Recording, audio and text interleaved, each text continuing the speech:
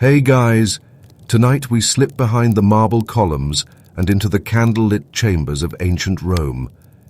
You're not a tourist. You're not watching from a distance. You're inside, walking the red-tiled floors in soft leather sandals, your hand brushing velvet drapes still warm from the day's sun. The year? Somewhere in the 2nd century CE, when emperors weren't just leaders, they were living gods, symbols of power, paranoia, and pleasure. Behind these palace walls, nothing is quite what it seems. Here's a little tease. At one point, an emperor used crocodile dung as a beauty product, and that's not the weirdest thing you'll find in his skincare routine. But before you get too comfortable, remember, this was a world of secret conspiracies, sudden poisonings, and deadly love letters. If you accidentally say the wrong thing to the wrong person, well, you probably won't survive this. Oh, and don't worry. You're not just observing this story. You're living it. One secret glance and one whispered rumor at a time. And yes, that means you might end up sharing a couch with Caligula. Good luck with that.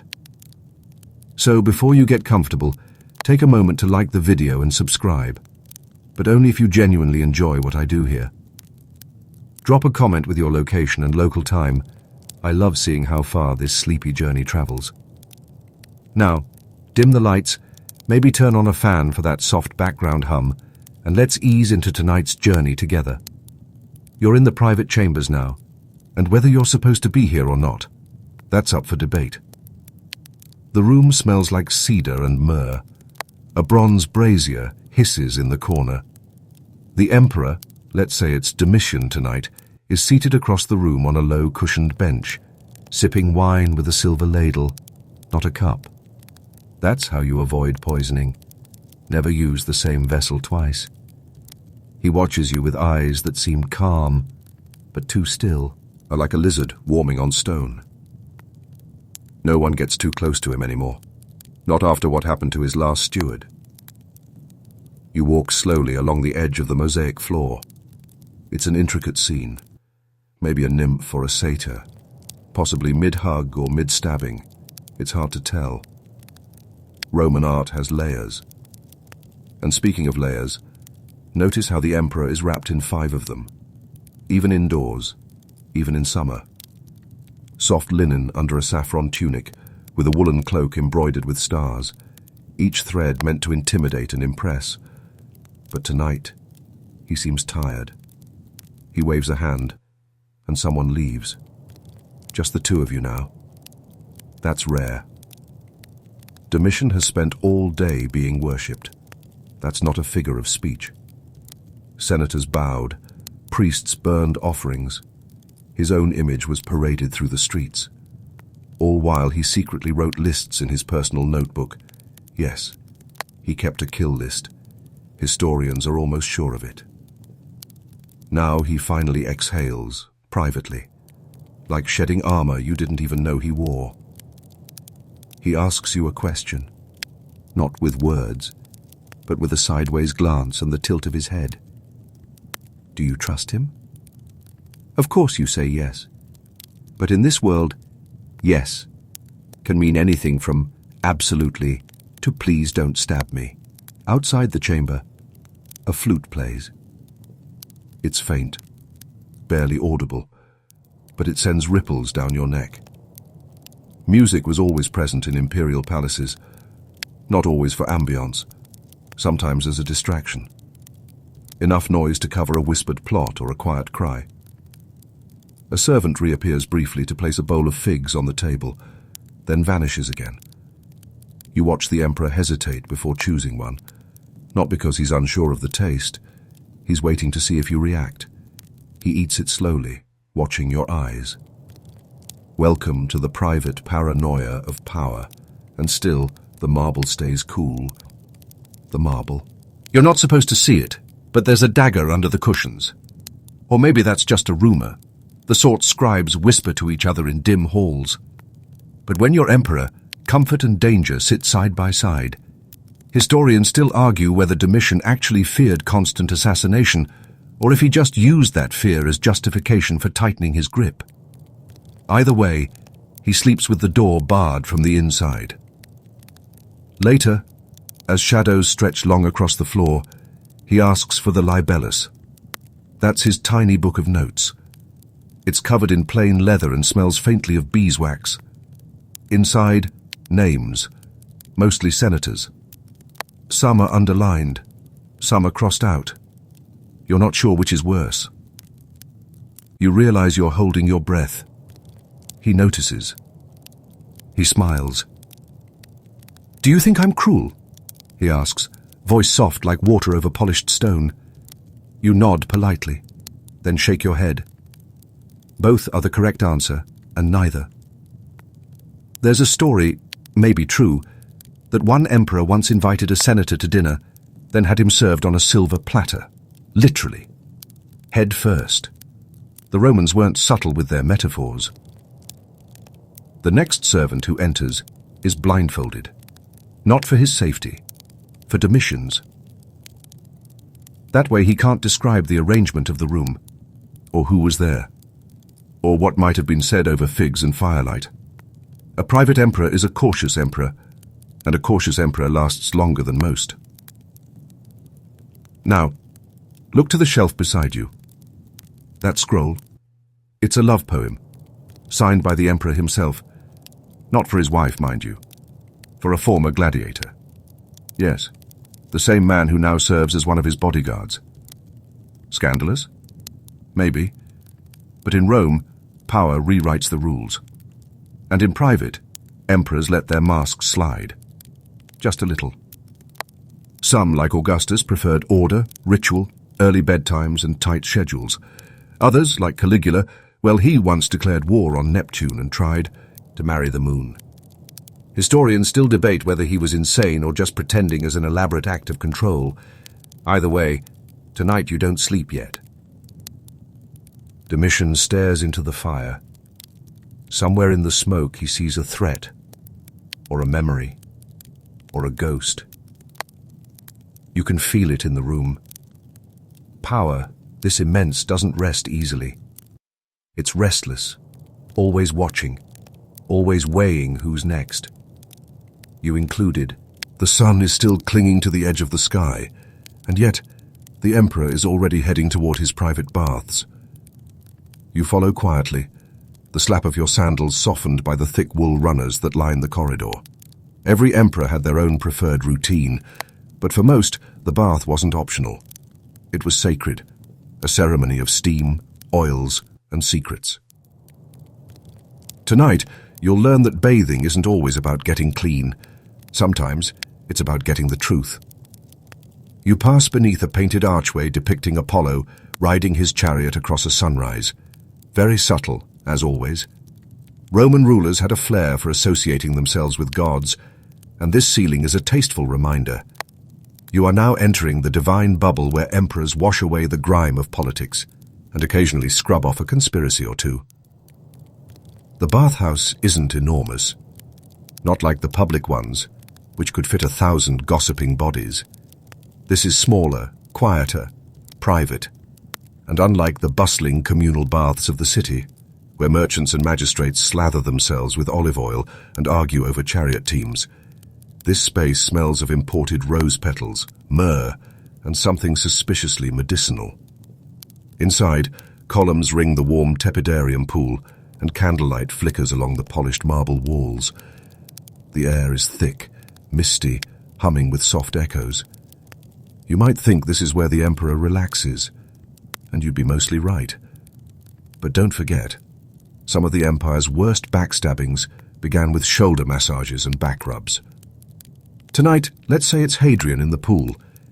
He's the one with the strong jawline and perpetually furrowed brow, always thinking, calculating. The one with the famously well-trimmed beard. Yes, he was among the first emperors to bring facial hair into fashion. Before that, emperors were mostly clean-shaven, because apparently being smooth-faced was the Roman way to say, "I'm civilized." You lower yourself into the water. It's perfect. Silky, warm, almost too warm. Hadrian doesn't acknowledge you at first. He's staring into the ripples, probably contemplating another wall he wants to build. This guy loved walls. A slave, carefully trained in discretion, steps forward with a strigil, a curved bronze tool for scraping oil and sweat from skin. He works Hadrian's back as the emperor finally speaks, low and deliberate. "Do you think they respect me?" he asks. Tricky question. Is they the Senate, the people, his lovers? You stall for time with a vague nod. The emperor half smiles. This is what emperors really do in private. They feel things. They doubt. They yearn for validation. And they use warm water and soft lighting to ask impossible questions without the armor of their public personas. A second man enters, young, handsome, drenched in confidence and the smell of cinnamon oil. Ah, Antinous, the emperor's favorite. Hadrian doesn't flinch. He makes room beside him. And just like that, you become the third wheel in one of history's most mysterious love stories. Historians still argue whether Antinous was just a favorite companion or something more sacred. When he died, under strange circumstances in Egypt, Hadrian was so devastated he declared him a god, built temples, named cities after him, commissioned statues that would show up as far away as Britain. But tonight, Antinous is still alive, smiling lazily as he drapes an arm over the emperor's shoulder.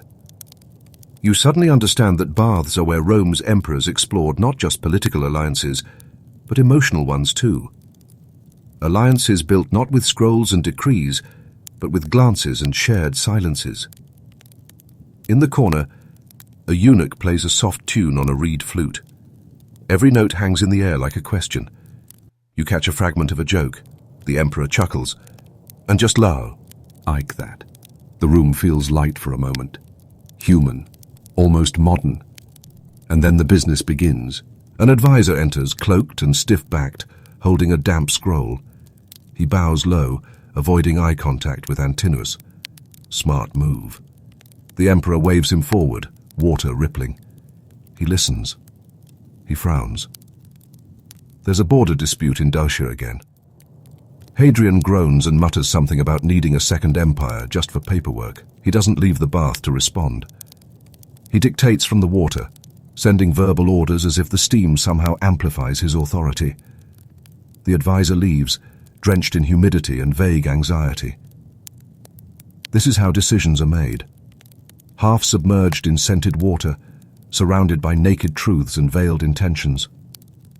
More than one policy was likely born right here, between exfoliation and exfoliating conversation. And here's your fringe fact for the night. Emperor Elagabalus, about a century after Hadrian, reportedly had a bathhouse where the walls rained perfume. Literally. Perfume misted from tiny vents in the ceiling like some bizarre ancient spa meets cologne commercial. He was also said to bathe in saffron-infused water and sometimes wine. Though historians debate whether these were real events or just gossip turned scandalous footnote. Meanwhile, you feel yourself start to prune. The bath's warmth has seeped into your bones, but you can't quite relax. Because there's always something unspoken here. The fear of betrayal doesn't take time off, not even during bath hour. Hadrian suddenly turns to you, his expression sharp again. "Do you think Antinous will be remembered?" he asks. You freeze. Say yes. Of course yes. He deserves to be remembered. The emperor nods, quietly, as if filing your answer away. Later, after the bath, servants will wrap him in soft wool robes, massage his feet with crushed rosemary oil, and help comb out his hair while he hums a tune you don't recognize. These private rituals aren't vanity. They're armor, worn invisibly, replenished each evening. And as you dry off and wrap yourself in a towel that's somehow softer than anything you've ever touched, you realize something odd. You've seen the emperor more clearly here than you ever would in a palace hall or senate chamber. Because in Rome, public masks were elaborate and heavy, but the private ones? Much harder to read. The flute falls silent. Outside, the sun has disappeared completely, replaced by flickering oil lamps and the deep hush of a city slipping into its shadow self.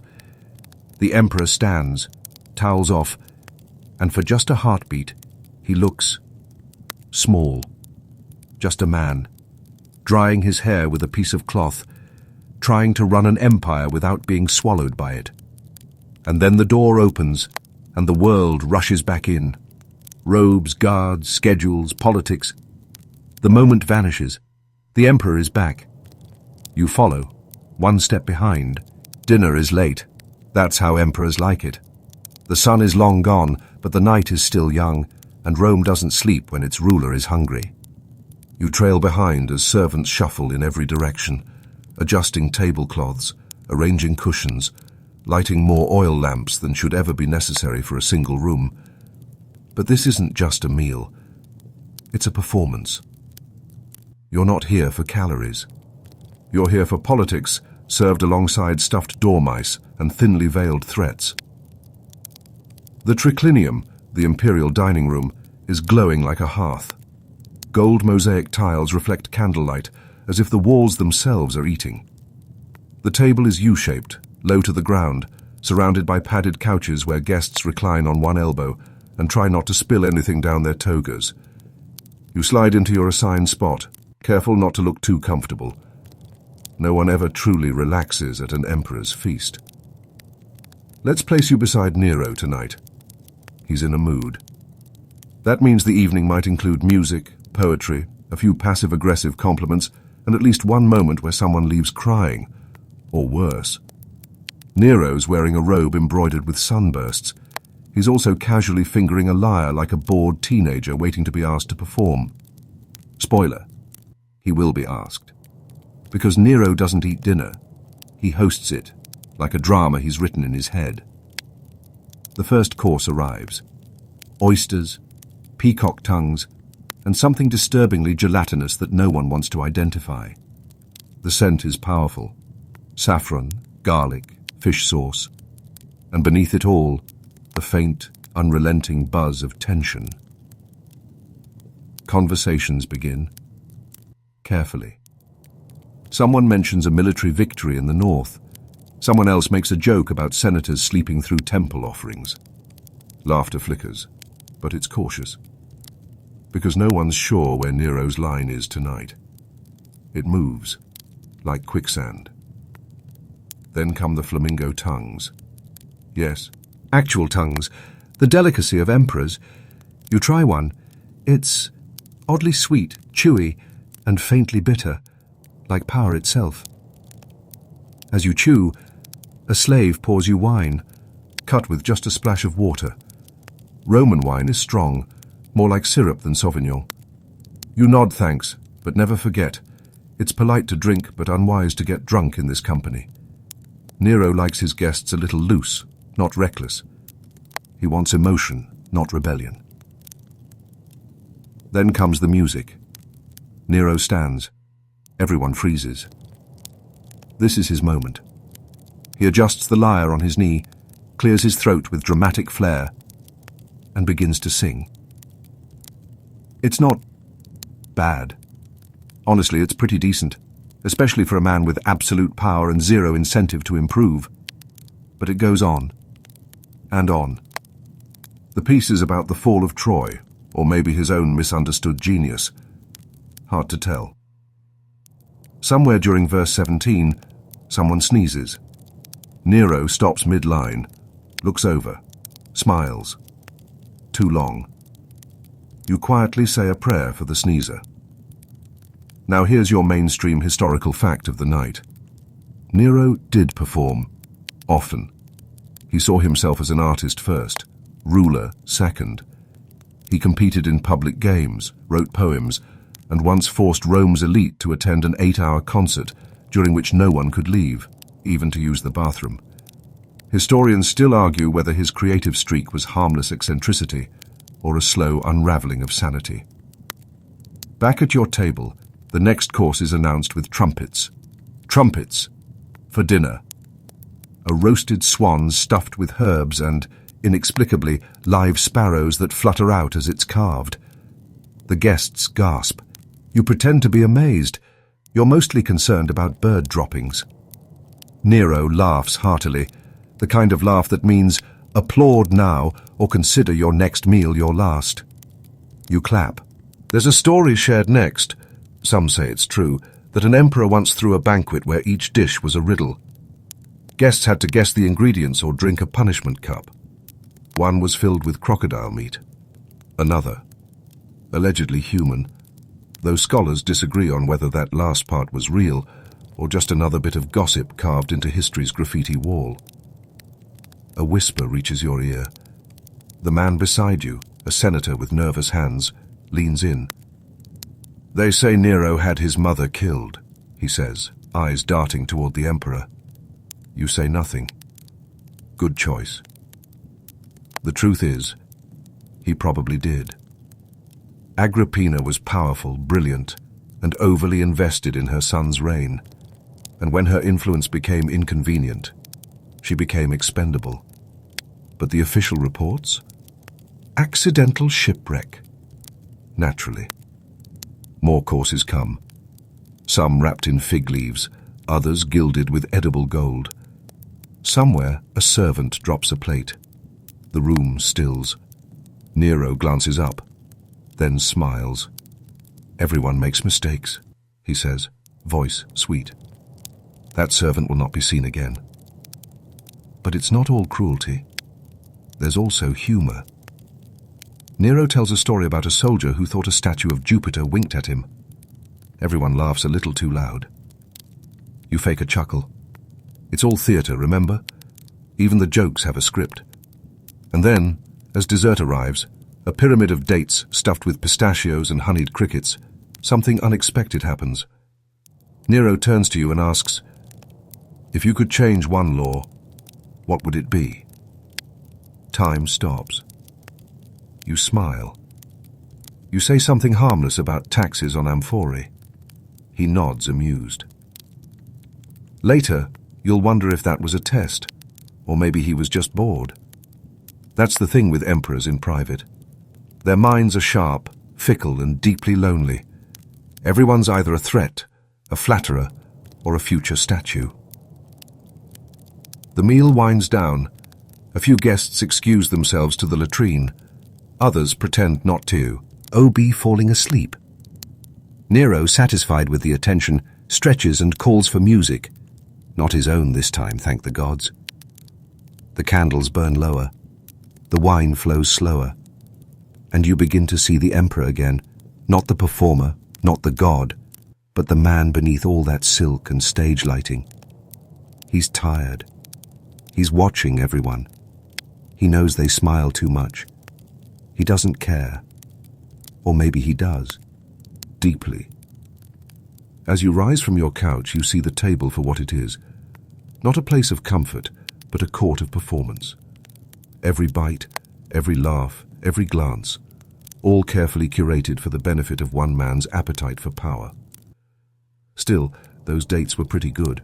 The feast is over, but the night is just warming up.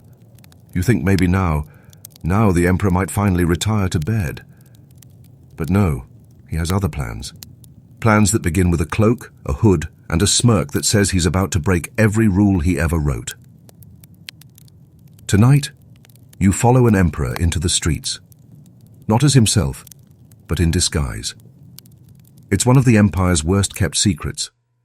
Some emperors like to sneak out after dark, playing commoner, brushing shoulders with the city's underbelly. And tonight, you're tagging along. Let's say it's Caligula, because of course it's Caligula. The man loved a good stunt, and nothing says relatable ruler like pretending to be a drunk sailor in your own capital. You wrap yourself in a borrowed cloak, scratchy but effective. Caligula does the same, pulling the hood low over his unmistakable face. He grins, childishly thrilled. Let's go see what they say about me when they think I'm not listening. That's either very brave or deeply foolish, possibly both. The two of you slip past sleeping guards, who definitely see you, but know better than to interfere, and head into the alleys of Rome. The air is thick with hearth smoke, wine fumes, and the not-so-distant aroma of open latrines. Horses snort. Laughter rolls from taverns. Somewhere a fight breaks out. It's perfect. You pass a beggar curled beneath an arch. Caligula tosses him a coin, a gold one. The man blinks in disbelief, then begins sobbing. The emperor shrugs. "It's only money. I can always make more." And that's not a metaphor. Caligula once allegedly tried to bankrupt the treasury just to prove it wasn't real. Historians still debate whether he truly believed he could control the economy by sheer will, or if he just enjoyed watching his accountants panic. You duck into a tavern. It's loud, smoky, and definitely not frequented by senators. The floor is sticky. The wine is war. Monsieur perfect for imperial mischief. Caligula orders 2 jugs and loudly complains about those useless fools in the palace. No one bats an eye. Some guy next to you nods in agreement. Aye, they're all scum, that lot. He doesn't recognize the emperor. He thinks Caligula is just another crusty sailor with opinions. And Caligula, he's delighted. You both drink, though you nurse yours slowly. He doesn't. He laughs too loud, tells a dirty joke about Venus and a centurion. It's surprisingly decent. Then he leans over and whispers, "Want to see something fun?" Of course you don't. You say yes.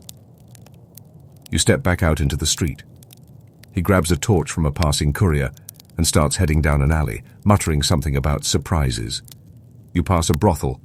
Women in dyed wigs call out, but he ignores them. He's headed somewhere specific. Eventually, you arrive at a small, crumbling shrine, ivy-covered, half forgotten. Caligula kneels and lights the torch, illuminating a small statue of Priapus. Let's just say, he's not subtle. This was a fertility god, often depicted in ways that would make modern statues blush. Caligula howls with laughter. "This," he declares to the knight, "is the real Rome, not all those marble lies." He kisses the statue on the forehead, completely unbothered by the rat that scurries past. And here's your quirky tidbit. Some emperors reportedly visited such shrines for private rituals. Augustus, known for his public dignity, was said to have offered silent sacrifices to obscure deities in moments of deep anxiety. Behind the scenes, many emperors clung to little superstitions, as if divine chaos could be tamed with enough incense and muttering. Back on the street, a pair of young thieves appear, skinny, fast, eyes like jackals. They demand coins. One of them pulls a blade. Caligula stares, then laughs, loudly, and pulls out his dagger. You're about to intervene or run, or at least scream, "Do you know who this is?" But the emperor is already chasing them down the street like it's a sport. The thieves disappear. Probably lucky they did.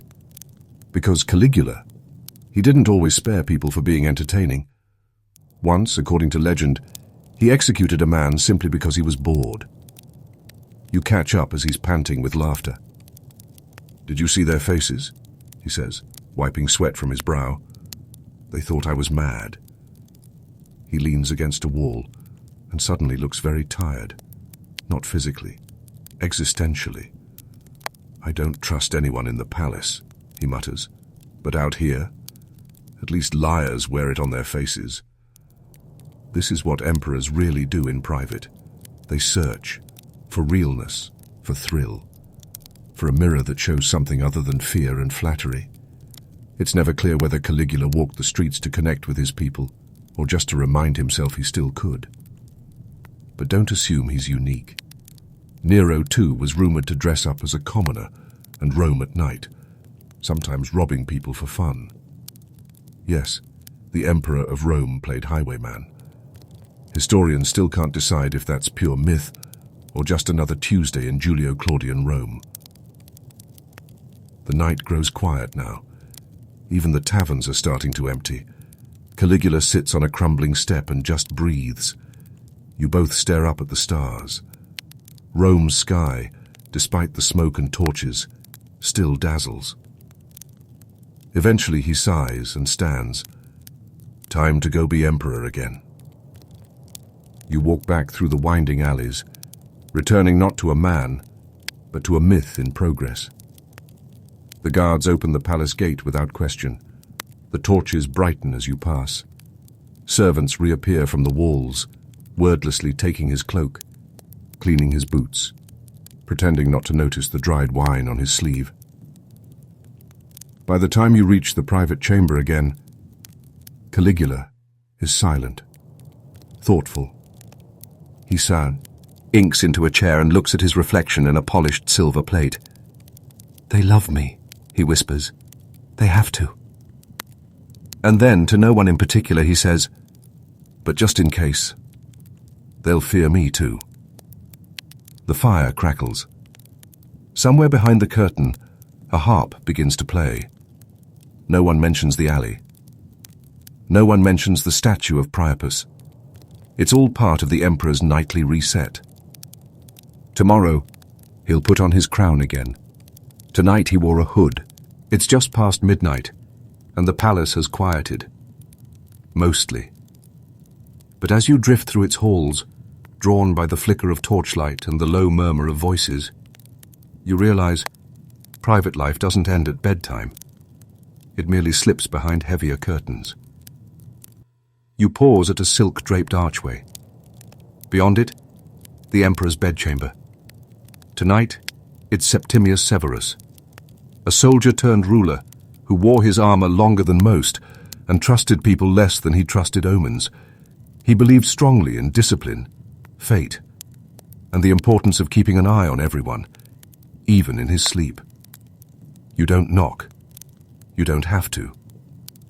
Inside, the room glows with oil lamps tucked into bronze wall sconces shaped like lions. The scent of lavender hangs in the air, competing with old parchment, incense, and the metallic hint of a recently cleaned sword. You're not alone in here, not even close. A handful of scribes are hunched over scrolls in the corner, muttering and copying with furious speed. A bodyguard leans against the doorframe, pretending to be invisible. And reclining beside the emperor on a low chaise is his wife, Julia Domna, regal, sharp-eyed, and possibly more cunning than her husband. If Septimius is the blade, Julia is the hand that guides it. You settle quietly into a stool near the edge of the carpet. No one acknowledges you, but everyone knows you're here. That's how power works. You're either seen completely or not at all, depending on what the emperor needs from you that hour. The emperor looks tired, but not sleepy. There's a difference. He rubs his temples as Julia reads a letter aloud. Something about a provincial governor accused of hoarding grain. Septimius closes his eyes. "Kill him," he murmurs. Julia does not stop reading.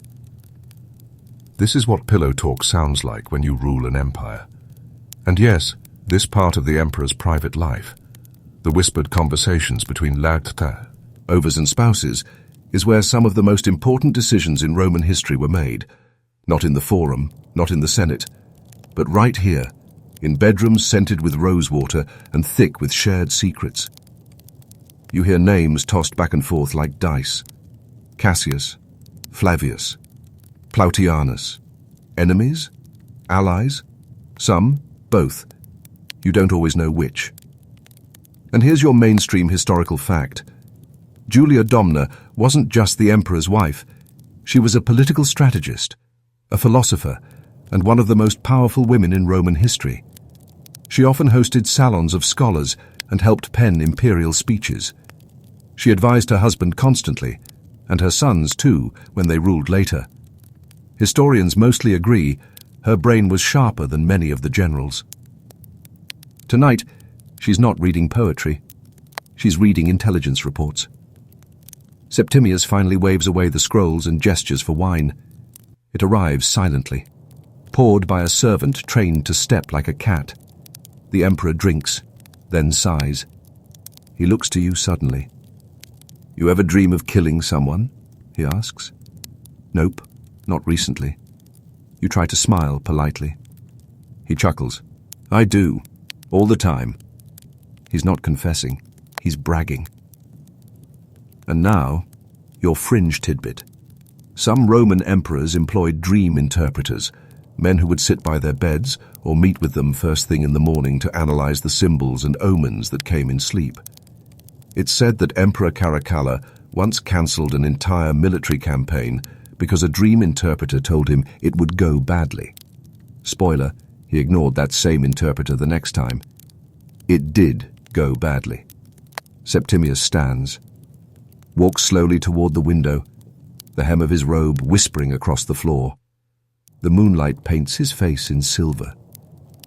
"The people don't know what it costs," he says softly, "to be worshipped, to be hated, often on the same day."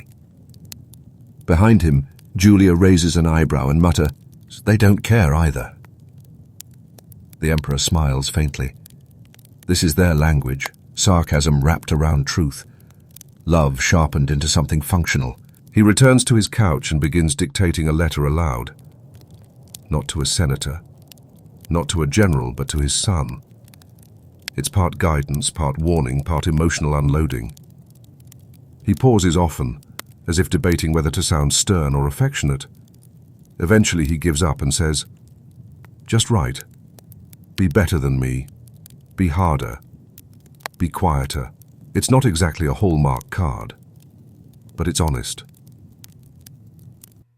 Here's something you wouldn't expect. The Emperor's room also contains a hidden chest.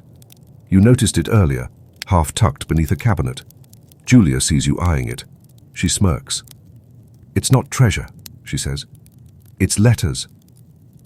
You blink. She explains. Septimius keeps every correspondence from his early campaigns, orders he gave, mistakes he made, letters from commanders long dead. A kind of private archive, not for nostalgia, for defense. If someone questions him, he can prove his decisions were rational, or at least well documented. Historians still debate whether he was paranoid or just brilliantly prepared. Suddenly the door creaks open. A courier steps in, breathless, flushed, holding a sealed note. Julia reads it first. Her face hardens. "The legions in Britannia are stirring again," she says. Septimius nods. No emotion, just inevitability. He gestures for a fresh scroll and begins dictating orders without standing. He even corrects a name's spelling halfway through. Business as usual. Outside, the palace is still. Inside, decisions are being made that will lead to thousands of deaths, border changes, rebellions, executions, and all of it begins here, with two people sitting on embroidered pillows in soft lamplight, drinking wine, and speaking in whispers. Eventually, the scribes retreat. Julia rises, adjusts her robe, and vanishes behind a curtain. She'll sleep soon, maybe. The Emperor lingers. He looks at you once more. "Write something nice about me," he says. "Some. You rise early, though you're not sure you ever really slept. The palace has a way of bending time.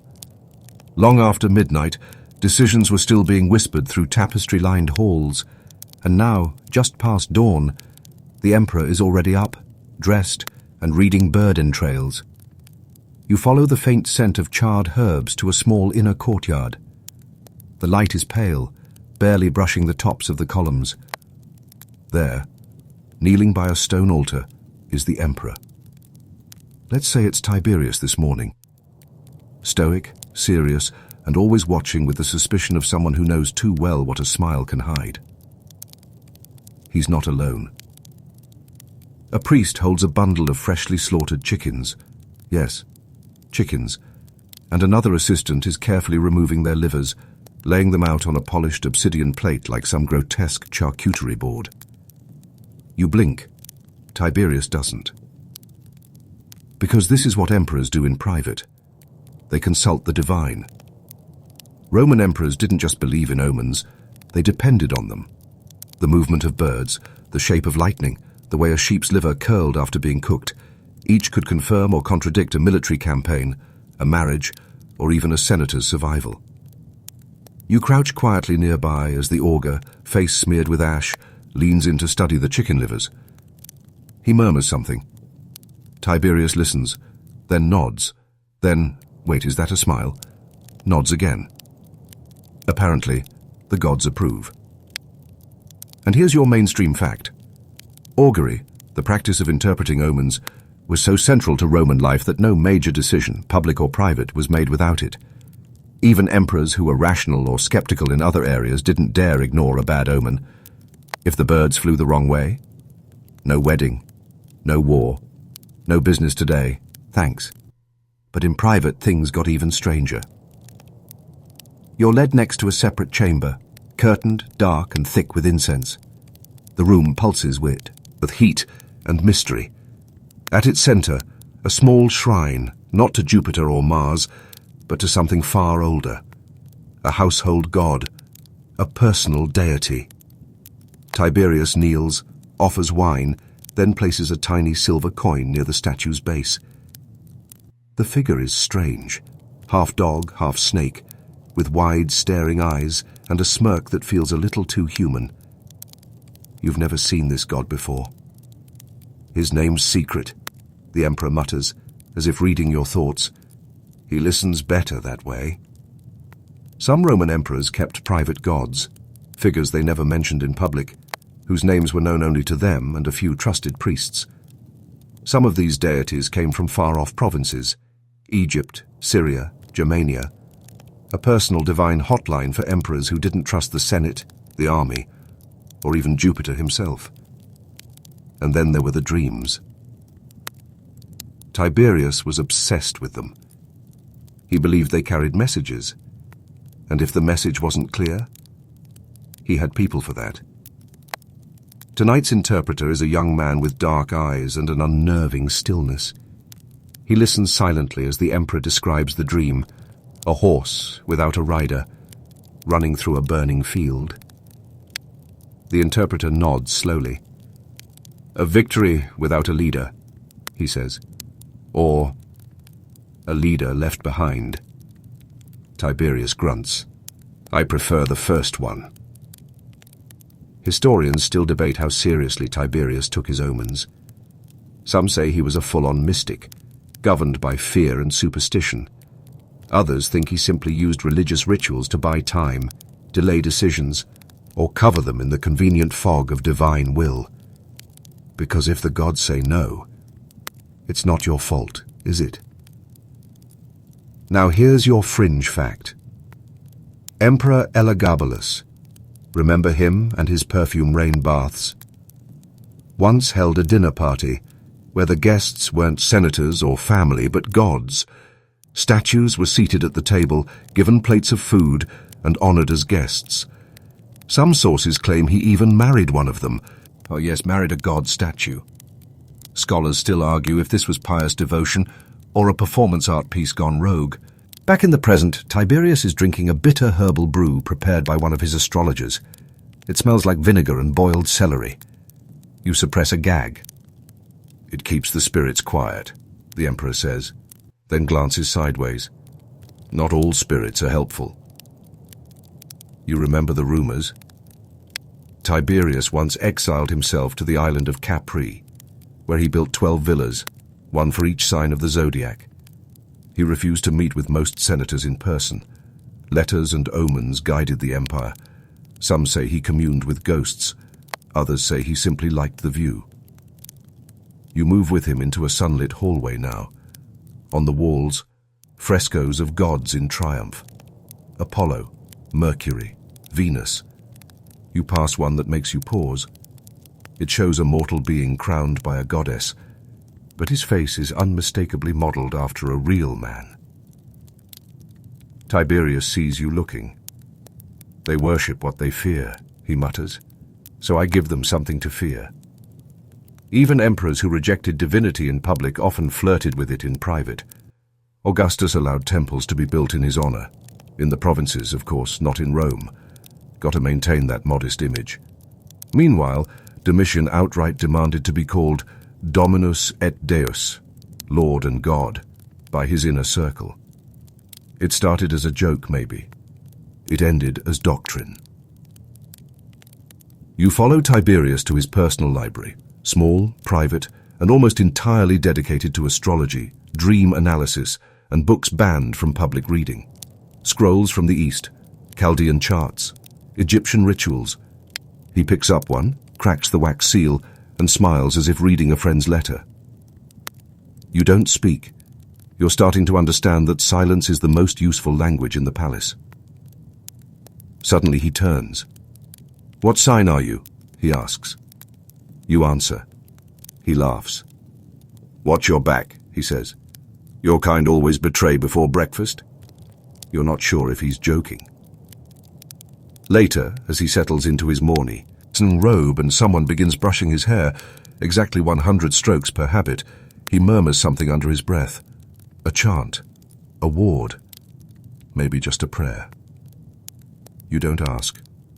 Because in private, emperors do more than rule. They search. For signs. For warnings. For answers. And when the stars don't respond, they read the chickens again. By the time the sun has fully cleared the horizon, the emperor is already knee-deep in obligations and dragging you along for the ride. There's no gentle ramp-up, no lazy breakfast on the balcony. His private mornings are structured, clipped, and more brutal than most battlefield campaigns. If yesterday was poetry and perfumed livers, today is bureaucracy and blood. Welcome to the imperial to-do list. This morning, it's Marcus Aurelius, philosopher king, stoic sage, and master of the melancholy side-eye. You might expect candles and calm meditation, but the emperor is pacing already, draped in a plain wool tunic, dictating commands to 3 secretaries at once. Each one scribbles furiously while trying not to bump into the others. Marcus glances at you and nods. "Coffee?" he says dryly, knowing full well Rome doesn't have it. It's the kind of deadpan joke he loves, bleak, understated, and somehow more cutting than Caligula's entire sense of humor. A steward hands him a thin wax tablet. He reads, "Grimaces. Gallic unrest again," he sighs. "Mark it for afternoon council. Also, send figs to the governor's wife. She's the only reason he hasn't fled."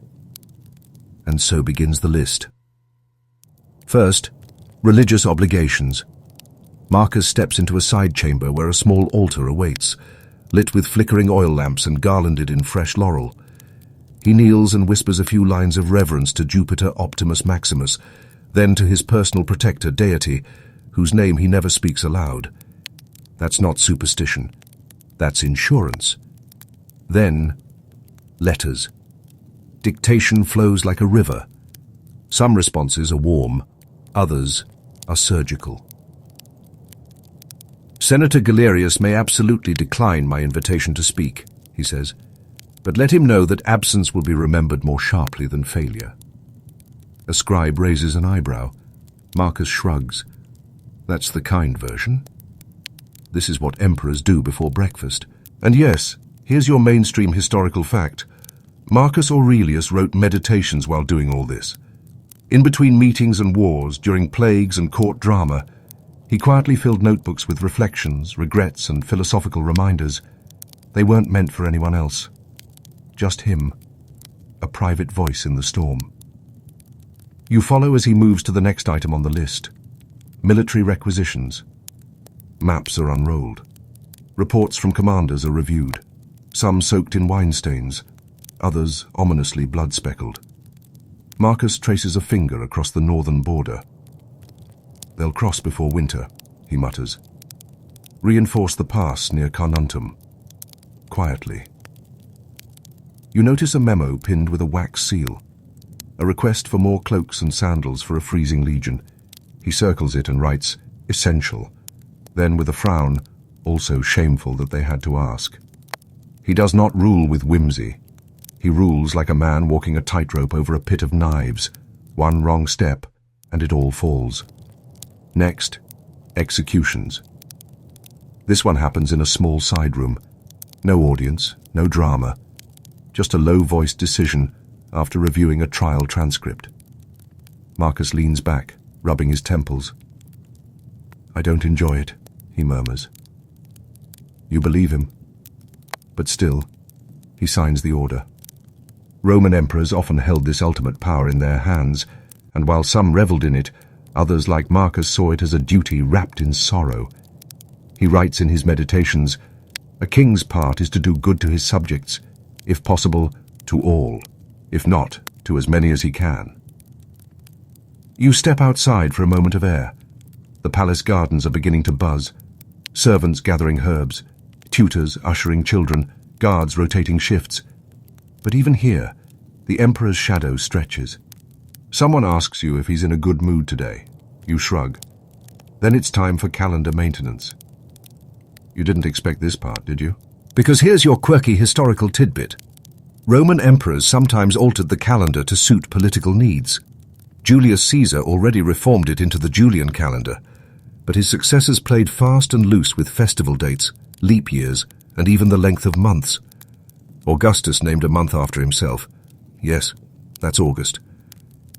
And there were heated debates over whether certain holidays should be moved to flatter imperial birthdays or military victories.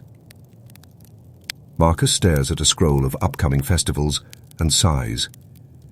"We're overloading the middle of April," he mutters. "If every day's sacred, then none of them are." He scratches out 2 lesser observances and moves them to June. Just like that. Divine schedules revised over a morning snack of olives and honeyed almonds. Mid-morning now. He steps onto a balcony to greet a few visiting scholars. You watch him nod politely through a rambling speech on Stoic ethics, only to suddenly interrupt with, "Yes, but what if the empire isn't rational?" Awkward silence, then polite laughter. Marcus doesn't smile. He's not joking. He heads back inside. More letters. More maps. A brief scroll about a collapsing aqueduct outside Lugdunum. He marks it for funding. "Water matters more than statues," he says, "though don't tell the sculptors." And here comes another fringe moment. One of Marcus's favorite private rituals is carpentry. Did you know that? In his limited free time, he apparently tinkered with woodworking. Some historians believe this was his version of meditation, a way to shape something without the consequences of imperial power looming overhead. You ask what he's working on now. "Chair," he says. "Maybe a table. I'm not very good." But the wood doesn't talk back. You laugh. He doesn't. Then, after a pause, he says, "That was a joke." By noon, Marcus is heading into a full council meeting, robes refresh. It's a beard combed, voice steady. You watch as the weight returns to his shoulders. The stoic mask slides back on. But before he vanishes behind those double doors, he stops beside you. "Write something useful today," he says. "Not flattering. Useful, even if I wouldn't like it." Then he turns and is gone. And just like that, the Emperor disappears into the machinery again. You're left holding the list he carried all morning. You glance down at the final line scrawled in hurried ink. "Remind myself it's not forever." Not a note for you, a note for him. The Emperor may command legions, sway gods and revise calendars, but when it comes to love, oh, it's an absolute disaster zone. This afternoon, you're sitting near the Emperor's private garden pavilion, watching him argue with a statue. A very lifelike statue. Of his ex. He's not yelling, just gesturing dramatically with a pomegranate in hand, as if trying to make one last point in a years-old fight. You don't dare interrupt. You've seen enough emperors by now to know, when it comes to their private relationships, logic tends to vanish faster than a senator at tax time. Today's emperor is Hadrian. Sharp eyes, carefully trimmed beard, long fingers stained with ink. He looks like a man who thinks deeply, especially about heartbreak. And that brings us to Antinous. Here's your mainstream fact. Hadrian was deeply, publicly devoted to Antinous, a young man whose death in the Nile sparked an outpouring of grief and a tidal wave of artistic tributes. Statues, coins, temples, cities renamed in his honor. Not even Augustus's wife got that treatment. Some call it love, Others suggest political maneuvering. Some even whisper it was a calculated mythos. Historians still debate whether Antinous drowned accidentally or was sacrificed in a mystical ritual. But Hadrian's mourning, that was real. He keeps a small obsidian bust of Antinous on his writing desk, right beside his military plans.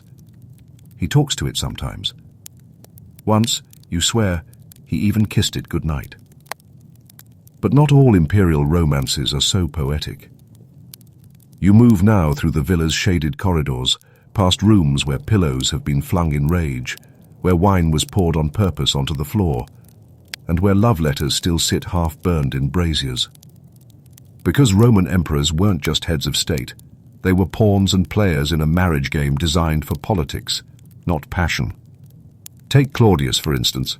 Bukita, awkward and brilliant, but somehow managed to marry Messalina, one of the most notorious names in Roman scandal lore. According to several juicy sources, she held secret competitions to outlast professional courtesans. Yes, in that way. Claudius, meanwhile, was apparently the last to know. And when he did find out, he had her executed, but only after double-checking that he wasn't being lied to by jealous nobles. Good call. The palace was basically an Olympic arena of manipulation. You settle now beside Livia, Augustus's wife. The garden is quiet, but her mind isn't. She's arranging flowers with surgical precision, every petal facing exactly east. She doesn't say much. She doesn't need to. Livia is power cloaked in lavender. It's said that she advised Augustus on nearly every major decision. Some claim she poisoned rivals. Others say she simply outlasted them. Either way, her influence in the emperor's private life was massive. When Augustus died, he had her deified. That's one way to say, thanks for the support, honey. But not every relationship ended with worship. You stumble into the solo where Nero, yes, that Nero, is rehearsing love songs. Shirt half open, lyre in hand, he's crooning about a mistress who once bit his shoulder so hard it left a scar shaped like Sicily. He shows it off proudly. You pretend to be impressed. The weirdest part? He's got a second performance planned, for his wife, who was once his stepsister, whom he married after executing his first wife, then later executed her too, but only after he married a boy who looked like her and called him by her name. That's your fringe fact of the day, by the way. Nero had a young freedman named Sporus castrated and married him in a public ceremony, insisting on calling him by the name of his dead wife. Historians still argue whether this was grief, madness, or both, wrapped in a toga. Private. Life in the palace isn't peaceful. It's tangled, strategic, and constantly under siege by rumors and rival ambitions. You sit in on a council of marriage advisors now. Yes, that's a real thing. 3 older senators, 1 astrologer, and a very tired-looking scribe debate whether the emperor should marry the daughter of a wealthy general or the niece of a provincial governor. She's charming, says one. She's politically convenient, says another. She owns 15 elephants, says the astrologer, unhelpfully. Eventually they agree that the general's daughter will do. She's 19. The emperor has never met her. You sigh.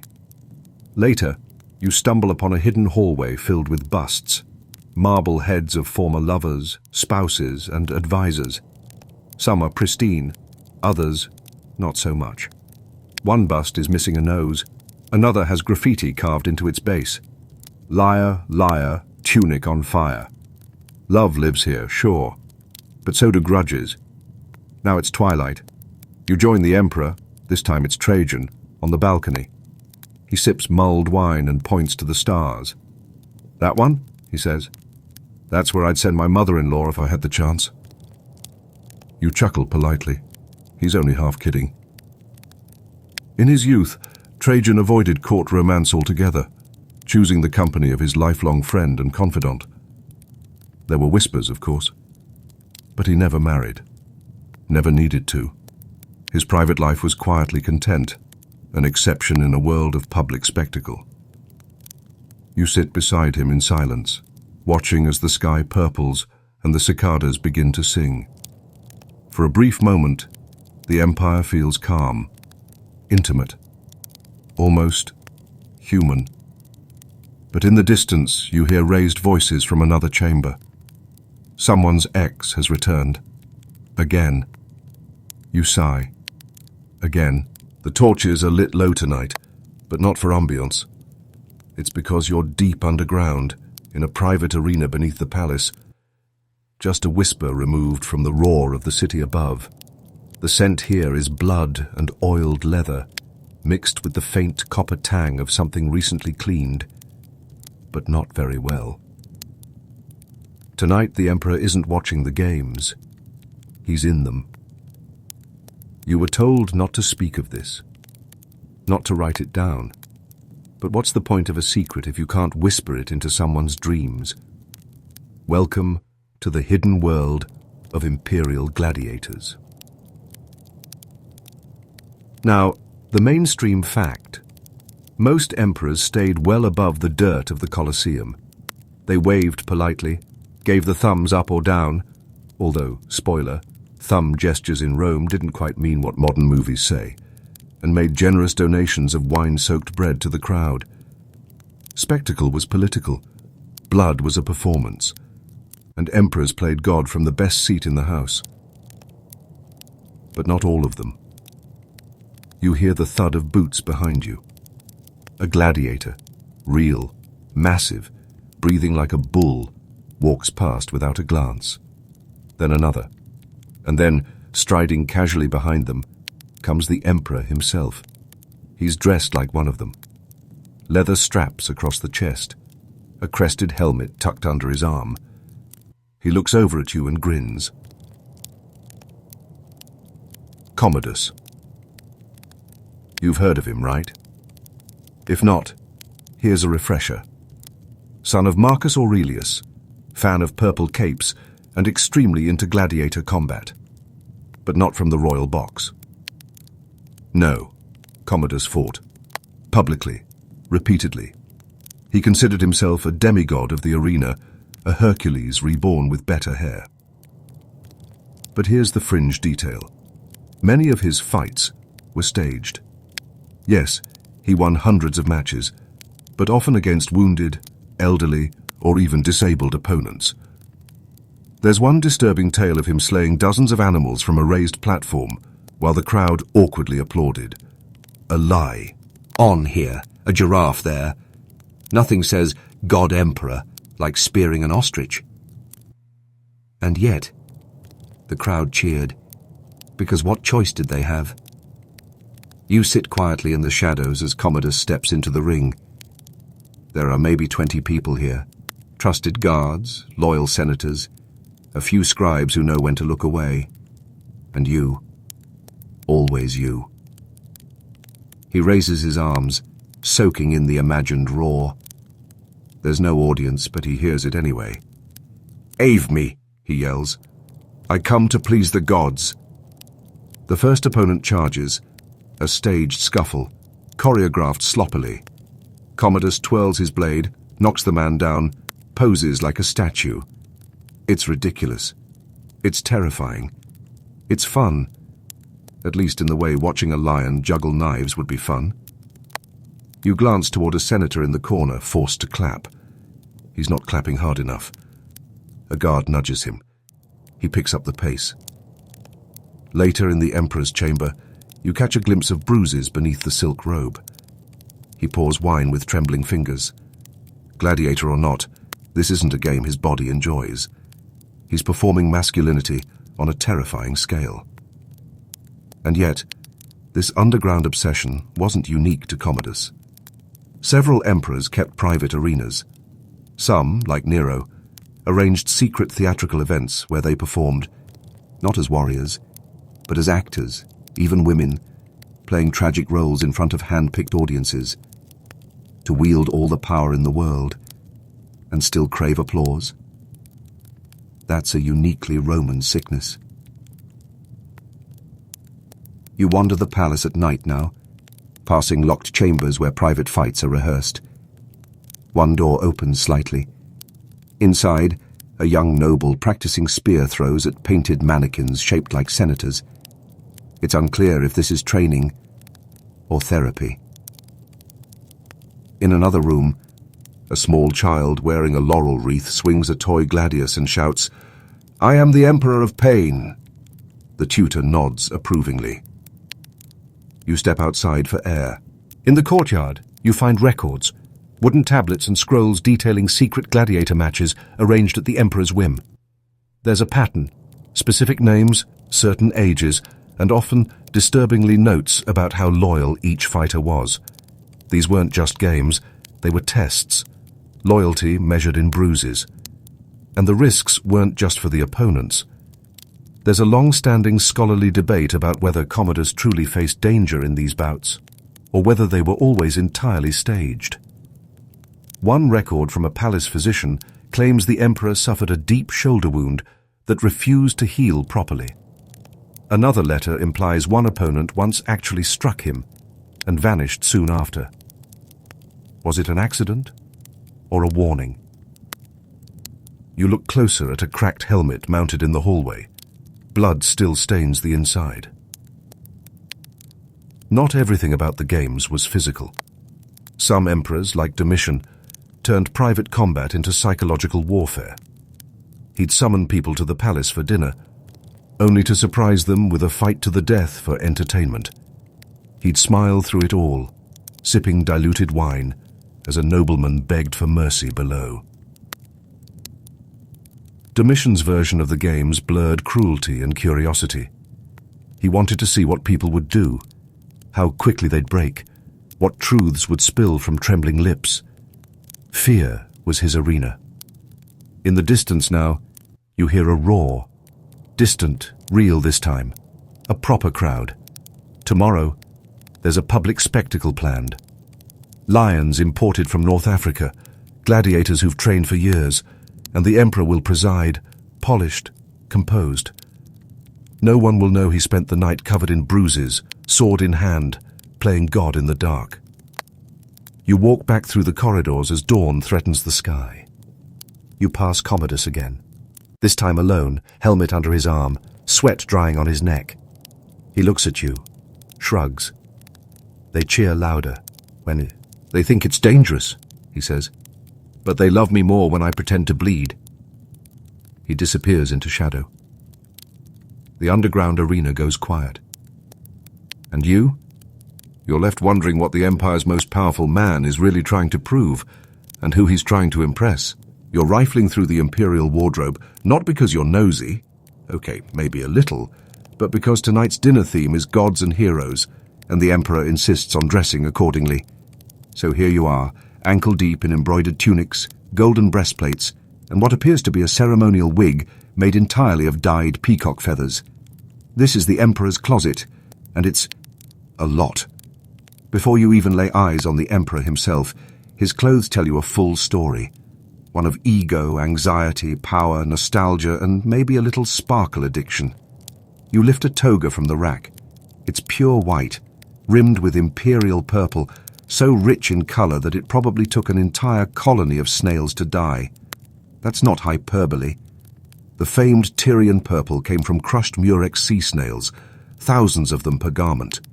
You hold the toga up and feel the weight of both history and mollusk sacrifice. Mainstream fact incoming.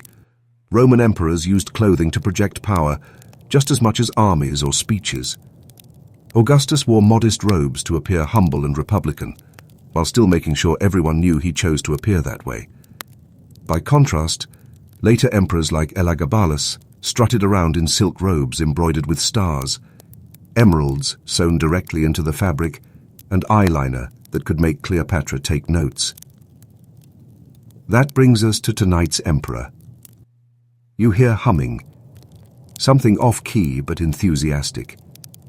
Then, ta-da, he enters wearing a full golden cuirass. Not military grade, just fashion. A cape so long it trails behind like a bridal train, and a circlet of laurel leaves dipped in real silver. He pauses, twirls and asks, "Too much?" You nod. He nods. Good. Clothing here is performance, armor, and theater.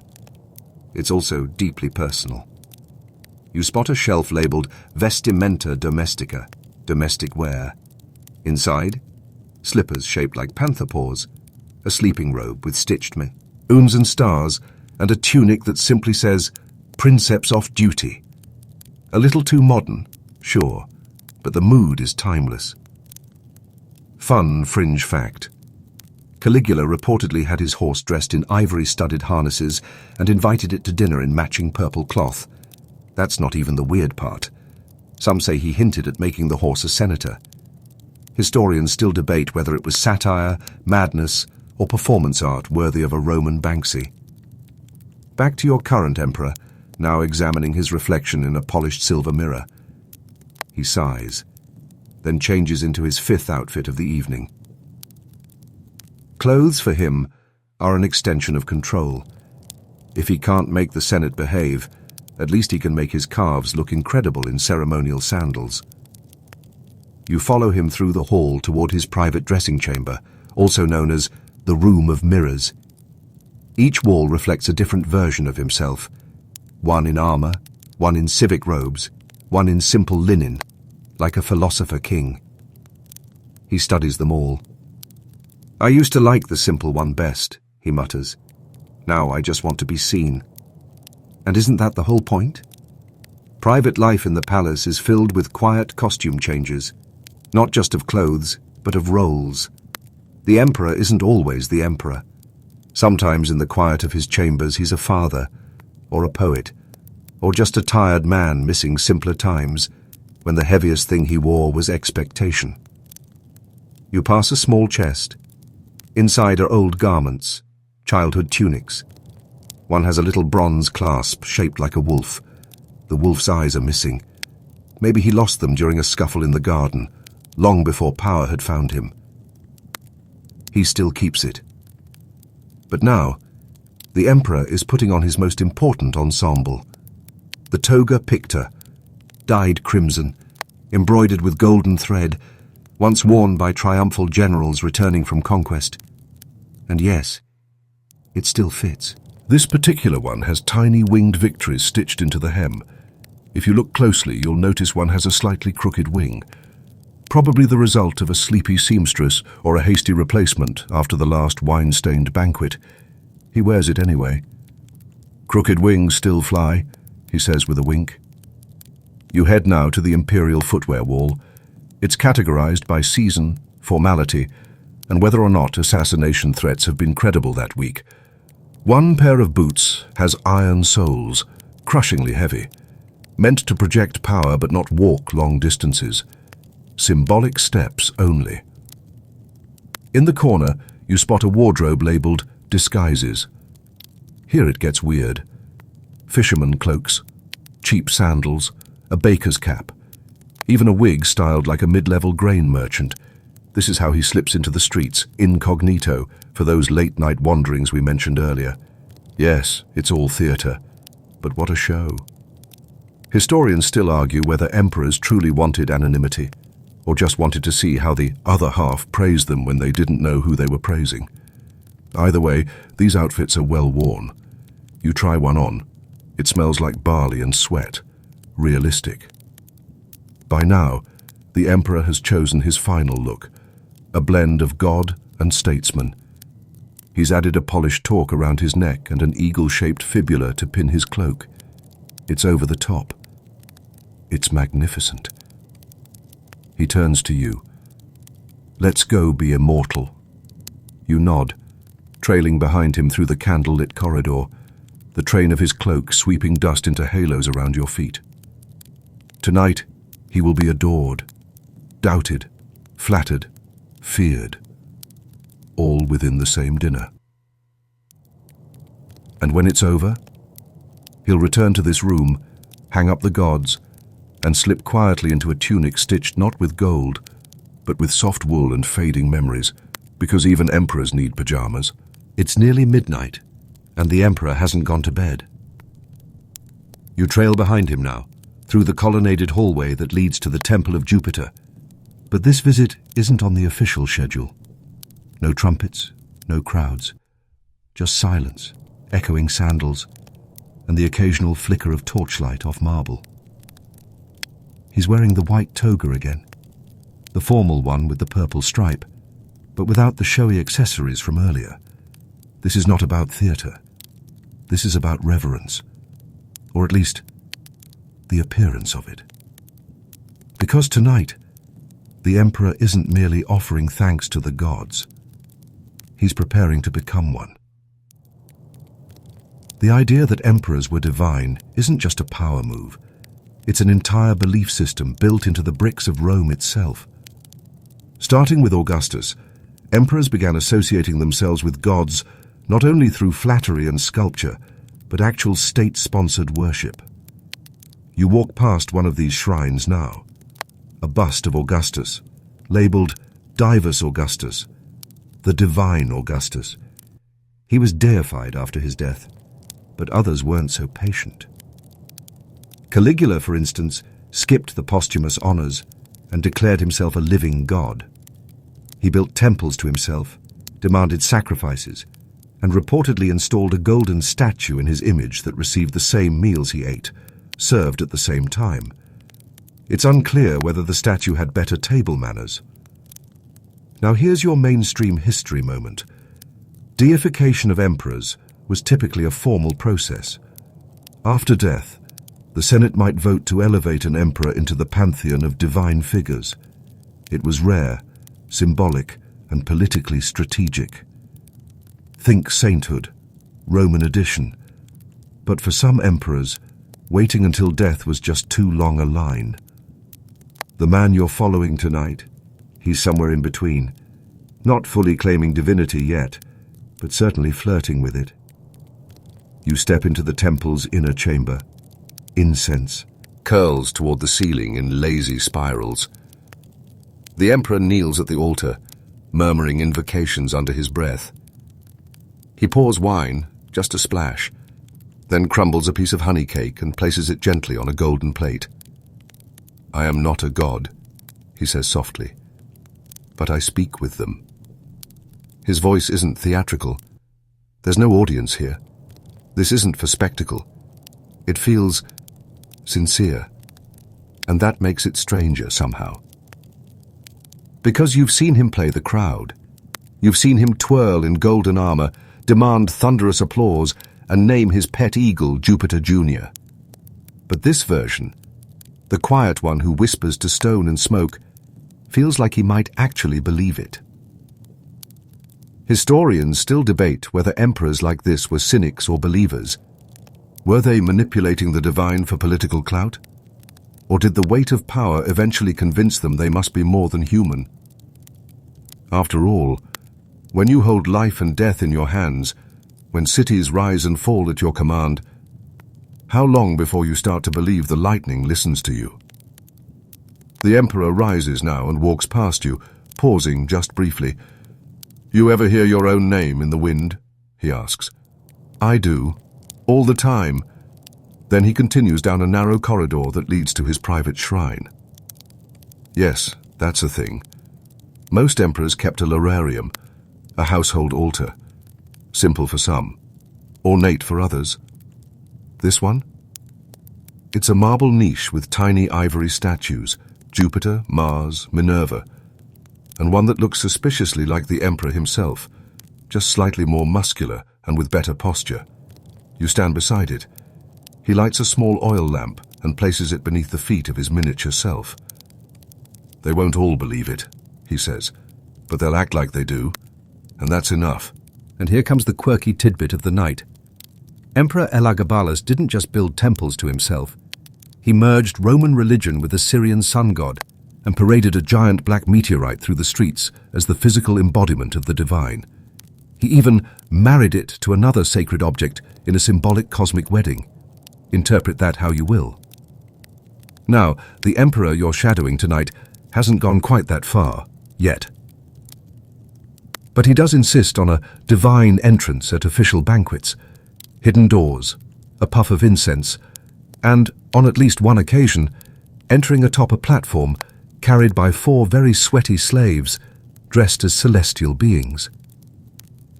You once asked if he feared being mocked. He said, "Not when you control the laughter." You're back in his private chamber now. He's removed the toga. Just a soft linen tunic now, a little rumpled. A bronze sun pendant hangs around his neck. "People want to believe in something bigger," he says, pouring himself a final cup of wine. "I give them that. It just happens to have my nose." You suppress a smile. He sits on the couch and gestures toward the ceiling, where tiny painted stars fade into curling frescoed clouds. They said Julius Caesar saw a comet the night before he died, a sign he would ascend. Maybe I'll get a meteor. You point out gently that those are rare. He shrugs.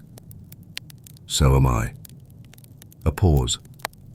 Just candlelight and the low creak of the palace settling into sleep. And then he asks, "Do you think I'm a god?" It's not a test. It's not a joke. It's a genuine question from someone who's heard yes too many times to tell if it's still true. You want to say something clever, something soothing.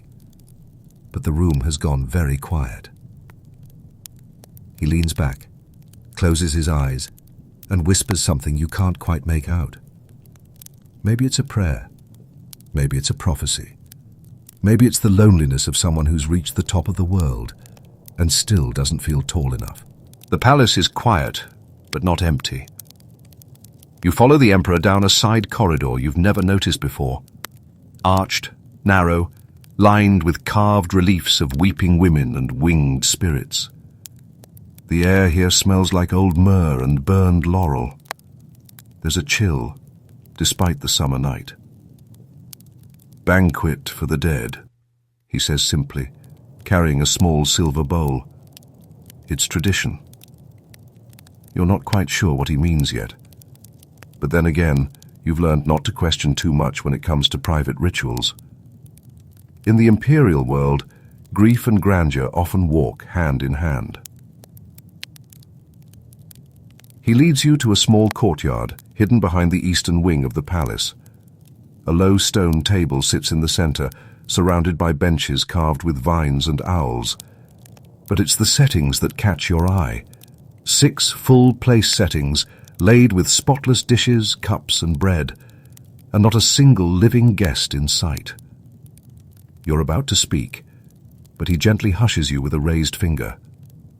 They'll hear. He places the silver bowl in the center of the table.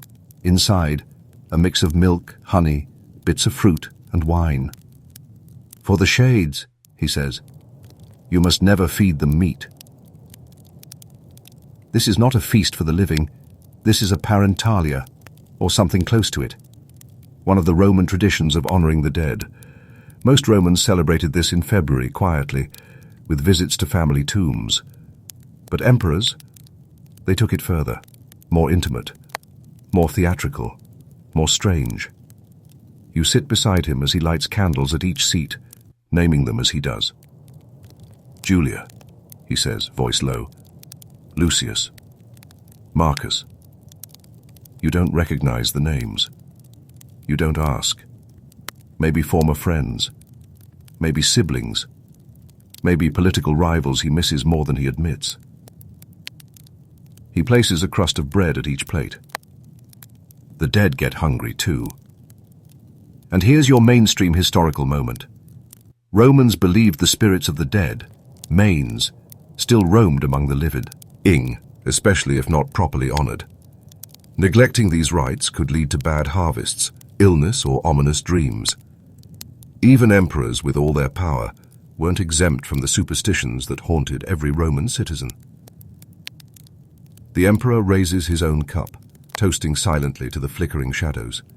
Then he takes a sip and pours a second one, straight onto the earth. "For the forgotten," he says. You look around the courtyard. The candlelight flickers in the breeze. The shadows seem to move just a little too much. And you realize this isn't the only night he's done this. The routine is practiced, precise, personal. Historians still debate whether these rituals were signs of piety, guilt, or mental strain. Some argue it was political. Public shows of reverence to fallen predecessors to boost legitimacy. Others whisper it was grief dressed in protocol, or attempts to appease ghosts who still visited in dreams. Or maybe, as the emperor insists, it's just polite. You notice one plate is piled slightly higher than the others. More bread, more figs, a splash more wine. Favorite guest? You ask. He pauses. One I wronged. You don't ask further. And now, for your fringe fact of the evening, Domitian, a notoriously paranoid emperor, was said to have summoned a dead astrologer he once exiled, by name, at a private séance. Whether this was a cult drama or a sign of unraveling sanity, no one's quite sure. But ghost stories among emperors were surprisingly common, especially among those with long memory and short sleep. Back at the table, the emperor looks toward the western wall. I've seen her, he says quietly. You tilt your head. He nods, not looking at you. My sister. She walks that wall sometimes, when I forget to light the candles. He looks not afraid, but not comfortable either. You glance down at your plate. He's placed one there too, though you're very much alive. It's a soft nod, a silent inclusion. But in this moment, even you feel like you're in another world. He hums a tune you don't know, low, repetitive, almost like a lullaby. Then he stands one final time and begins snuffing out the candles, left to right, one by one. With each one extinguished, the courtyard darkens, and the air feels lighter somehow, less pressed, less watched. He leaves the last one burning. That's hers, he says. You follow him back toward the palace, but he stops at the threshold and turns to glance over his shoulder. Thank them when you leave, he says. Even ghosts need to feel welcome. You nod. You whisper your thanks. You even leave a little fig on the bench. As you re-enter the palace, the air shifts. Warmer, brighter. The velvet curtain of normalcy slowly drops back over the scene behind you. You pass through the gallery, where busts of dead emperors stare out blankly into the night. You wonder how many of them have places at his ghostly table. He catches your gaze and chuckles softly. Statues are easier to deal with than spirits. And then, suddenly, want to know the strangest thing? You nod. I've had better conversations with the dead than with half the Senate. That's not a joke. Not tonight. He places a hand on your shoulder, thanks you for coming, and walks off into the long, shadowed hallway, his footsteps echoing like distant thunder. You stand there for a while, just watching the dark, wondering if the dead still linger, sipping wine from invisible cups, whispering to each other in voices only emperors seem to hear. The door creaks. It's not loud, but in the dead of night, after ghost banquets and whispered confessions, it sounds like a thunderclap. You freeze in place. The emperor does too. There's no servant scheduled for this hour. No senator bold enough to wander into the imperial wing without summoning, and no breeze strong enough to swing the thick cedar doors on their own. The emperor glances at you, not afraid, just calculating. Stay here, he murmurs. Naturally, you don't. You follow, soft steps down a narrower hallway this time, where torchlight barely brushes the floor. The mosaic beneath your feet shows scenes of myth. Medusa, coiled in fury, a harpy gnawing at a man's chest, a god cradling a dying mortal. Comforting. Up ahead, a second noise, faint but deliberate. The whisper of fabric, the scrape of a sandal, the hiss of breath not meant to be heard. And this is the private fear of emperors. People imagine that ruling the Roman Empire meant banquets and parades and peacocks in the garden. But in truth, it meant watching every doorway, tasting every bite with hesitation, sleeping in rooms designed for quick escapes. Because if history teaches anything, it's this. Roman emperors didn't die peacefully in their sleep. They were stabbed in the baths, poisoned by their wives, smothered by pillows, drowned in fountains, and if they were very lucky, simply forced to kill themselves before anyone else could. That soft sound ahead? It could be a servant dropping a ladle, or it could be your last moment alive. The emperor signals for silence. He moves like someone who's done this before. And he has. Remember, these men often rose to power by eliminating others. They know what it looks like when danger wears a smile. Now, for your mainstream history fix. Julius Caesar, technically not an emperor but close enough, was famously stabbed by dozens of senators on the Ides of March, but he wasn't the only one. Caligula was assassinated by his own bodyguards, Domitian by a conspiracy involving his chamberlain. Even the mighty Commodus was strangled in his bath by a wrestler. Yes, a wrestler, sent in by his inner circle. Emperors had the kind of job security you'd expect from a live-in bear tamer. And the emperor you're with tonight knows it. He motions you behind a column as he presses his hand to a hidden panel in the wall. You hear a small click, then the panel opens, revealing a cramped passageway lined in stone. An escape route. You always have to have one, he says, more to himself than to you. You hesitate. He turns to you, eyes a little sharper now. This isn't a drill. Then, silence again. You follow him inside the narrow hall.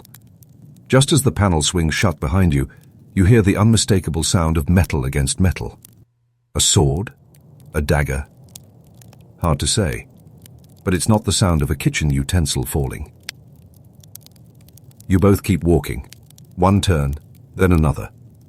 The tunnel curves beneath the palace like a hidden vein. And here's a quirky little historical nugget for you. Nero had escape routes built beneath his Domus Aurea, his golden house. Elagabalus supposedly had false walls to hide from his own guards. Even Augustus, the nice emperor, slept with a sword beneath his pillow. Eventually, you reach a chamber lined with armor stands and crates of dry biscuits. Safe room, the emperor mutters, or what passes for one. He pours water from a jug, his hands steady. Not calm, but practiced. Like this has happened before. Maybe not exactly like this, but enough to make preparations worthwhile. You ask him if he suspects anyone in particular. He sighs. Only everyone. And there it is. That's the true cost of the purple robe. It's not just the weight of responsibility. It's the gnawing paranoia. The certainty that someone... Omeware is always planning your downfall. Historians still argue whether the most paranoid emperors were justified, or made things worse by striking first. Tiberius secluded himself on Capri, seeing plots in every shadow. Domitian had the walls of his palace polished so he could see reflections behind him. Caligula? He didn't just expect betrayal, he practically dared people to try. The emperor opens a chest and pulls out a scroll. He studies it under the glow of an oil lamp. It's a list of names, scribbled in tight script. He doesn't explain it, but you can guess. Do you think I'll go like the others? He asks, tone flat. You shrug, carefully. Depends how many tunnels you've got. He smiles at that, just a little. Then he leans back against the wall. There was a dream once, he says. I was sitting at a banquet and everyone looked like themselves, except for their hands. Every hand was mine, even the ones holding knives. You let the image sink in. Outside, the sound has stopped. Either the threat is gone, or it's waiting. And here's one last eerie tidbit. Some emperors employed food tasters who later disappeared mysteriously. Others relied on dream interpreters to warn of betrayal. And some, like Hadrian, believed in omens so deeply they would cancel trips over the flight path of a single raven. "Maybe it's nothing," the Emperor finally says. "But maybe that's how they want me to think." He straightens, pulls a short dagger from under the table, and tucks it into his belt. "Let's go find out." You follow him back into the tunnel.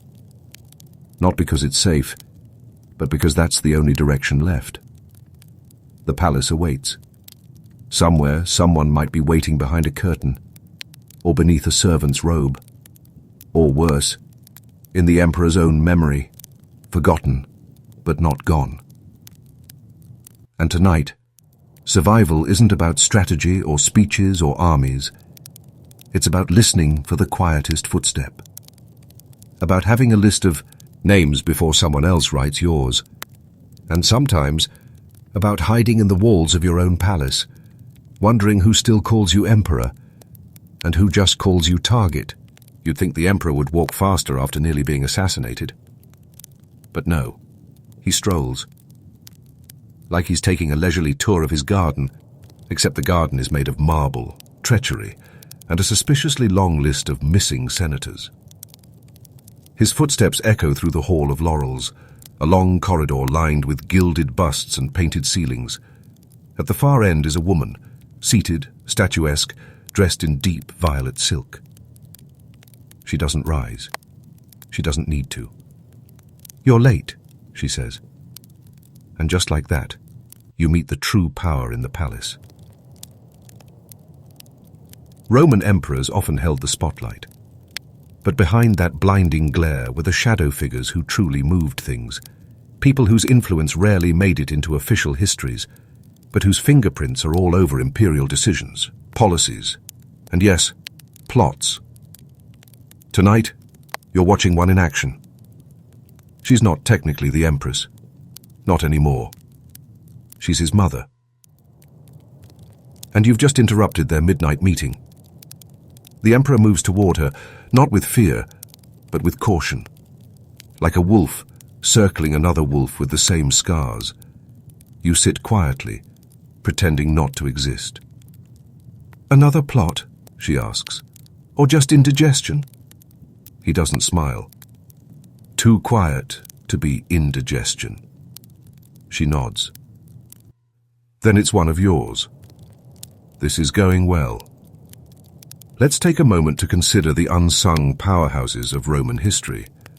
Agrippina the Younger, mother of Nero, famously orchestrated her son's rise to the throne, then tried to keep him under her control with blackmail, charm, and the occasional veiled threat.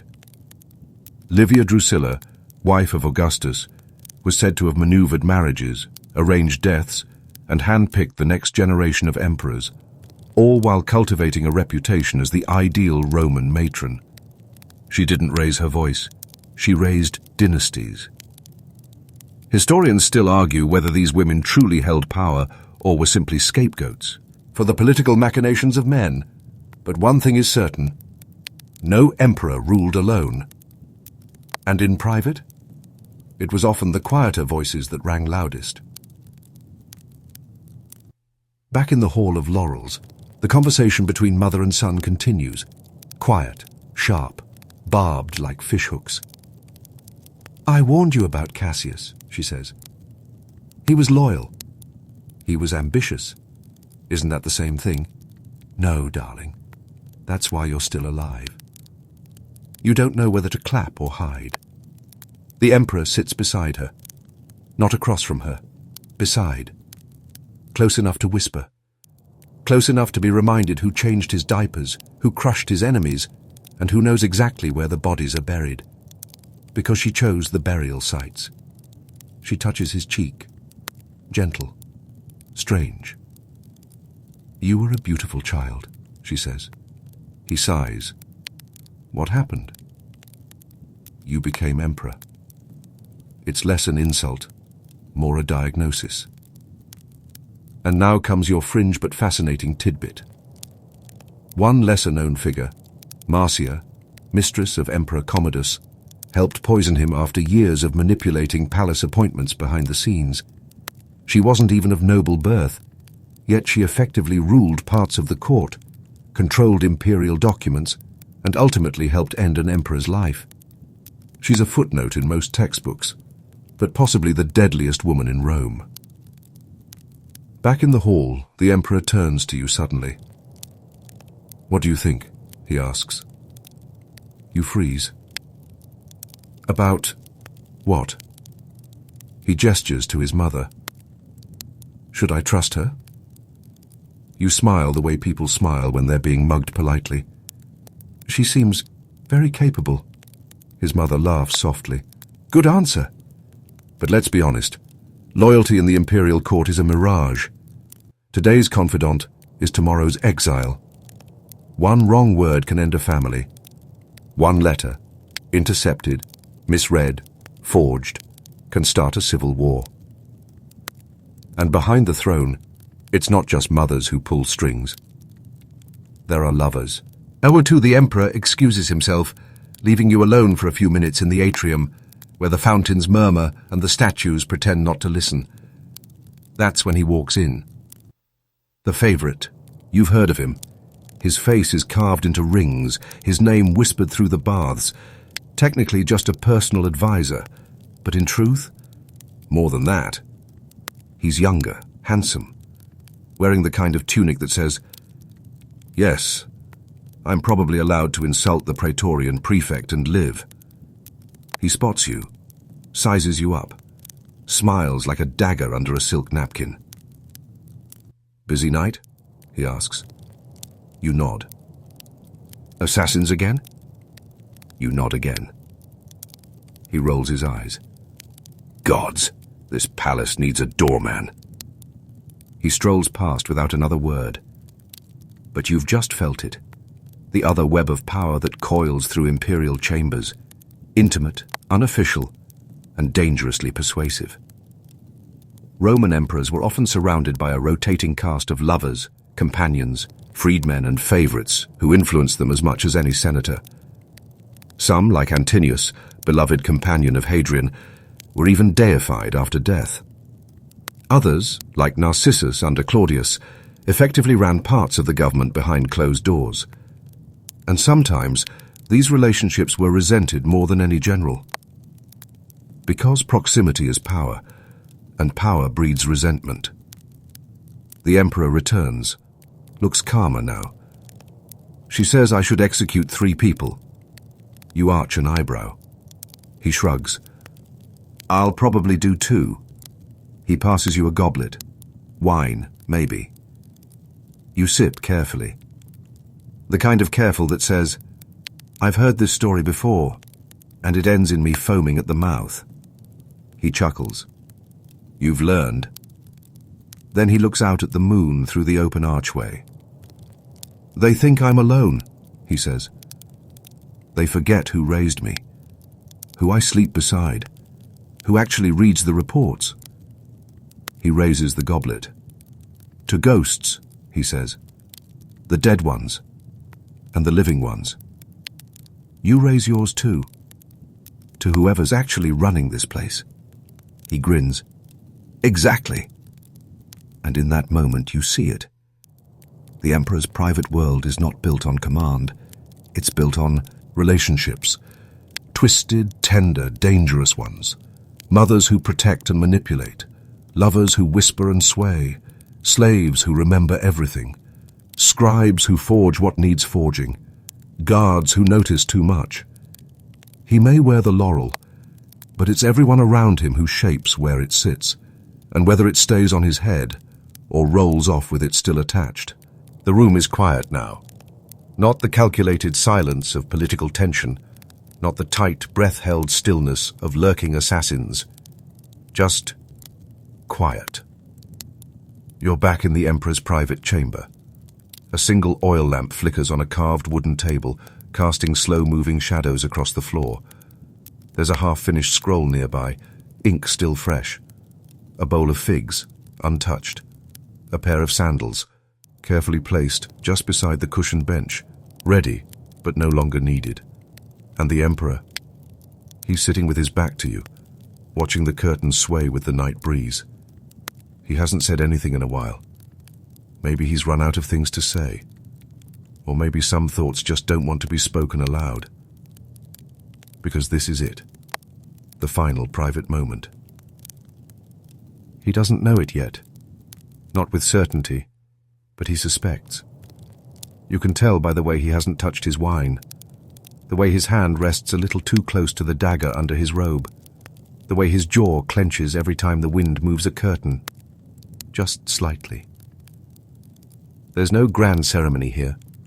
No horns, no triumphant marble arches, no statues being carved in the forum. There's just a man at the end of his empire, and the sound of crickets in the garden. And here's the truth. Many Roman emperors didn't live to retire. There was no peaceful passing of the torch, no rocking chairs on Mediterranean porches. Of the more than 80 emperors from Augustus to the fall of the Western Empire, the majority died violently, by sword, poison, forced suicide, or battlefield misfortune. You probably won't survive this. If you're the emperor, the odds are firmly against you. You glance around the room, the heavy drapes, the wax tablets with decisions yet to be made, the perfume lingering faintly from the last visitor. His mother? His lover? His final confidant? There's a scroll beside the lamp with names scratched in, half erased, half bold. You suspect their pardons, or condemnations, or both. He's hesitating. He knows that mercy, like cruelty, has consequences. He looks at you. Finally. You know, he says softly, I once thought power would make me invincible. You nod. Then I thought it would make me unforgettable. He chuckles, but there's no joy in it. Now I just hope it lets me sleep tonight.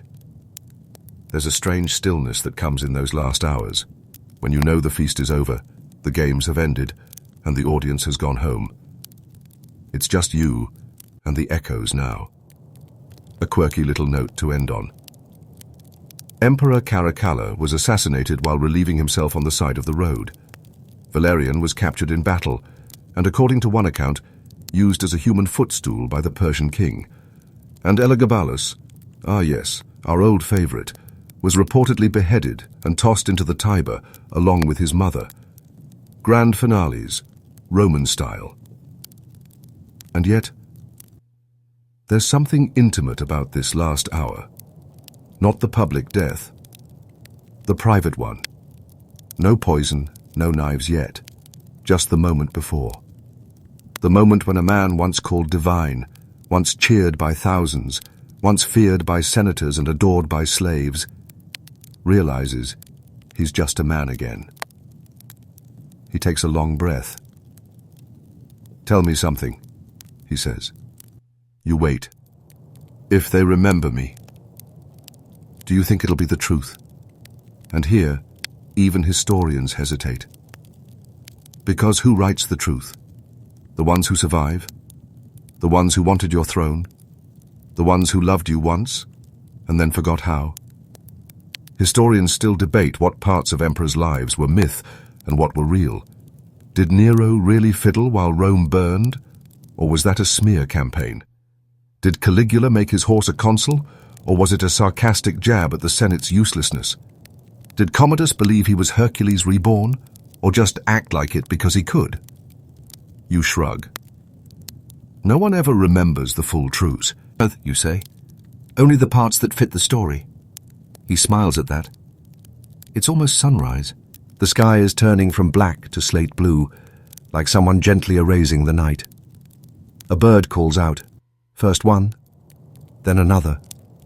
The kind of sound that doesn't care if an empire is falling or rising again. The emperor stands, adjusts his robe. Then for the first time he looks tired. Not politically exhausted, not emotionally spent. Just tired. Like a man who's carried a crown far too long. He places a hand on your shoulder. Sleep, he says. There's no more to see tonight. And maybe that's true. Or maybe it's just his way of saying goodbye. Either way, you don't follow this time. He walks through the curtain, alone.